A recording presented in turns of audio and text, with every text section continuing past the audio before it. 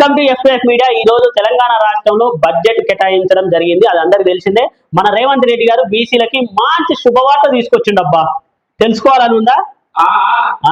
మన బీసీలో ఎంతమంది ఉంటామన్నా తెలంగాణ రాష్ట్రంలో? అంటే 60 నుంచి 70% ఉంటాం. అంటే 100లో 60 నుంచి 70 మంది మనమే ఉంటాం కదా. మరి బడ్జెట్ మనకెక్కువ కేటాయించాలనా మరి మిగతా వాళ్ళకి ఎక్కువ కేటాయించాలా? మనకు కూడా బాగానే కేటాయించడు. ఏం మాట్లాడతావు నువ్వు? దగ్గర 12,511 కోట్లు రిలీజ్ చేసిండు. మనం ఉన్నది 60 నుంచి 70%. జస్ట్ ఎంత? ఇక్కడ ఎస్టీలకి 7,937 కోట్లు కేటాయించిండు. ఎస్టీలకు చూడండి ఒకసారి.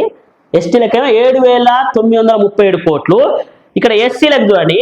ఎస్సీలకి 11,784 కోట్లు. అంటే ఇక్కడ ఎస్సీ బీసీకి దగ్గర నాకు తెలిసి ఒక 2-3 కోట్ల డిఫరెన్స్ ఉందన్నమాట.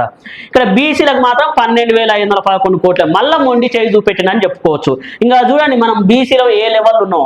మరి ఈ శాఖలలో మరి ఓసీ శాఖ లేదు ఎందుకన్నా? బీసీ అన్నలారా, ఇక్కడ ఓసీ శాఖ ఎందుకు లేదని అంటే ఓసీలలో ఎవడు పేదోడు లేడు కదా.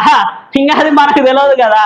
ఎందుకంటే రాజకీయ నాయకులాలే, కాలేజీలాలే, హాస్పిటల్లాలే, ఇంకా ప్రతిదీ వాళ్ళ దాంట్లో ఉన్నాక వాళ్ళ దాంట్లో పేదోళ్ళు ఎట్లుంటారే ఉంటారు. మళ్ళీ ఎంపటి కామెంట్లు పెడతారు, మా దాంట్లో పేదోళ్ళు లేరా? మీ దాంట్లో పేదోళ్ళు ఉంటే మరి ఎందుకు కేటాయిస్తలేరు ఇక్కడ శాఖ? మీకు దమ్ము ఉంటే ఓసీలకి, రావులకి, రెడ్లకి గురుకుల స్కూల్ పెట్టి శాఖ కేటాయించి ఒకటి గురుకుల స్కూల్ పెట్టి ఇదే ఫుడ్ పాయిజన్ అన్న నిన్ను నాయన మేము కేటాయిస్తాం.